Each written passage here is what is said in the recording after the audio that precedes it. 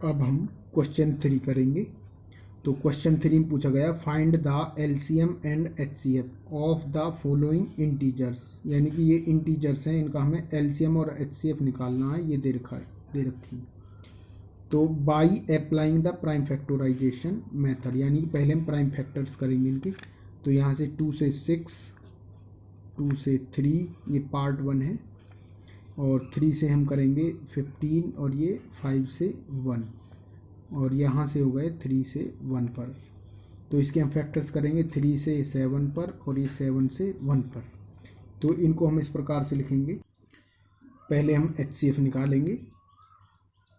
तो एचसीएफ निकालने के लिए हम पेयर बनाएंगे इस तरीके से। ये तीनों में पेयर बनना चाहिए इस तरीके से ये, और इनमें कोई नहीं मिल रहा, तीनों में केवल 3 ही मिल रहा है ना। इसमें देखो 2 है तो इसमें 2 नहीं है, इसमें 2 नहीं है, ठीक है। यहाँ पर 5 है तो इसमें 5 नहीं है, इसमें 5 नहीं है। 7 इसमें है तो 7 इसमें नहीं, इसमें नहीं। तो इस प्रकार से एक ही यहाँ पर बन पाया है 3 का पेयर। ये यहाँ से 3 हम लिख देंगे, एचसीएफ आ जाएगा।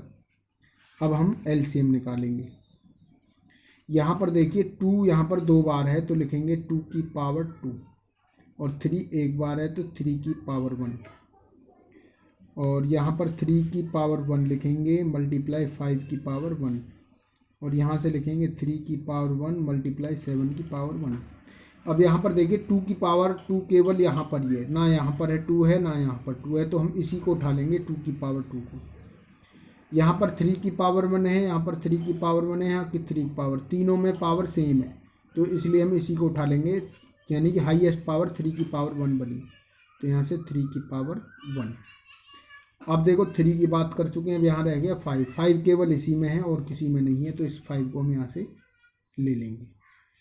तो इसके बाद हम 7 है, 7 और किसी में नहीं, केवल इसी में 7 की पावर 1 है, तो इसको भी हम ले लेंगे। तो यहाँ से 2 की पावर 2 हुआ 4 मल्टीप्लाई 3 मल्टीप्लाई 5 मल्टीप्लाई 7। तो यहाँ से 4 3 12, 12 5 60 मल्टीप्लाई 7, तो 7 6 हो गया 42, और ये 0।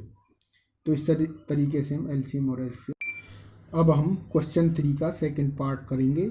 सबसे पहले हम इस तरीके से इनके फैक्टर्स कर लेंगे। ये फैक्टर्स हैं इनके। 17 को हमने ऐसे लिख दिया, 23 को ऐसे, 29 को इस प्रकार से। अब हम एचसीएफ निकालेंगे।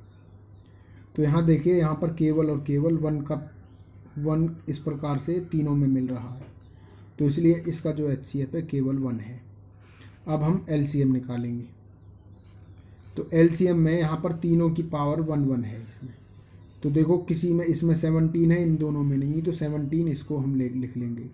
23 इसमें है, इसमें नहीं है ना, इसमें है, तो पावर 23 ही ज़्यादा है, तो यहाँ से 23 ही लिख देंगे। मल्टीप्लाई यहाँ पर 29 है, और किसी में इसकी पावर नहीं है, तो मैक्सिमम पावर 29 हुई, तो 29 ही हम लिख देंगे। अब हम इसकी मल्टीप्लाई करेंगे तो इतनी आएगी, इसकी और इससे मल्टीप्लाई करेंगे तो ये मल्टीप्लाई आती है 11 3 39। तो यही इसका एलसीएम है। अब हम क्वेश्चन 3 का थर्ड पार्ट करेंगे। इनके फैक्टर्स इस प्रकार से कर लेंगे और इनको इस प्रकार से लिख लेंगे।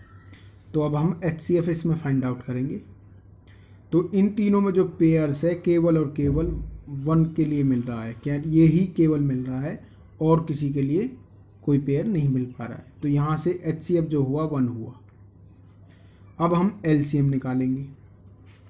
यहाँ से देखिए 2 की पावर 3 होगी, 1 2 3, 2 यहाँ पर है 3 बार, और यहाँ पर 3 की पावर 2 होगी, और यहाँ 5 की पावर 2 होगी। अब देखो 2 की पावर 3 केवल इसमें है, और किसी में 2 की पावर 3 से रिलेटेड, 2 से रिलेटेड कोई भी डिजिट नहीं है, तो यहाँ से हम 2 की पावर 3 के 3 ही लिख लेंगे। यहाँ से 3 की पावर 2 है, ना इसमें है 3 से रिलेटेड, ना इसमें है, तो यहाँ से 3 की पावर 2 ही लिख लेंगे, यही मैक्सिमम पावर हो जाएगी। यहाँ 5 की पावर 2 है, ना इसमें 5 से रिलेटेड है, ना इसमें है, तो 5 की पावर 2 केवल यहीं पर है, तो ये मैक्सिमम पावर हुई, तो 5 की पावर 2 यहाँ से लिख देंगे। तो यहाँ 2 की पावर 3 कितना हुआ 8, 3 की पावर 2 कितना हुआ 9, और 5 की पावर 2 कितना हुआ 25। यहाँ से मल्टीप्लाई करेंगे, 9 8 जा 72, मल्टीप्लाई में 25। यहाँ से मल्टीप्लाई करेंगे 25 2 जा 50, 5 कैरी, 25 7 जा होगा 175 और 5 कितना होगा 180। तो इस तरीके से यही इसका एलसीएम है।